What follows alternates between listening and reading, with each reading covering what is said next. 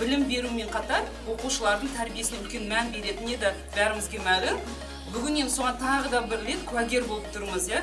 Ешкімге құпия емес, қыздың болашақта тамақ пісіре алуы, тәтті десерттер жасай білуі, оны ұсына білуі өте маңызды.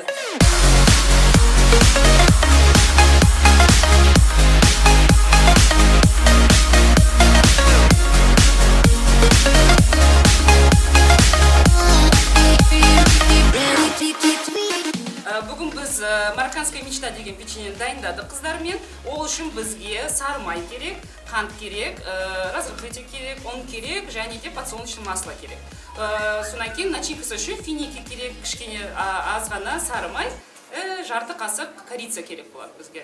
Бүкіл заттарды бірге араластыра саламыз, бірақ бәрі комнатный температура болу керек. Қолымызбен езіп аламыз, содан кейін ұнды жаймендеп разрыхлительмен қосамыз. Қамырымыз бізді кішкене қолға жұмсап, бірақ шар формировать ететіндей дәрежеге жеткізуіміз керек. Содан кейін дайындап қойған финикимізбен сары майды араластырып, корицаны араластырып, содан мұндай дөңгелекшелер жасаймыз.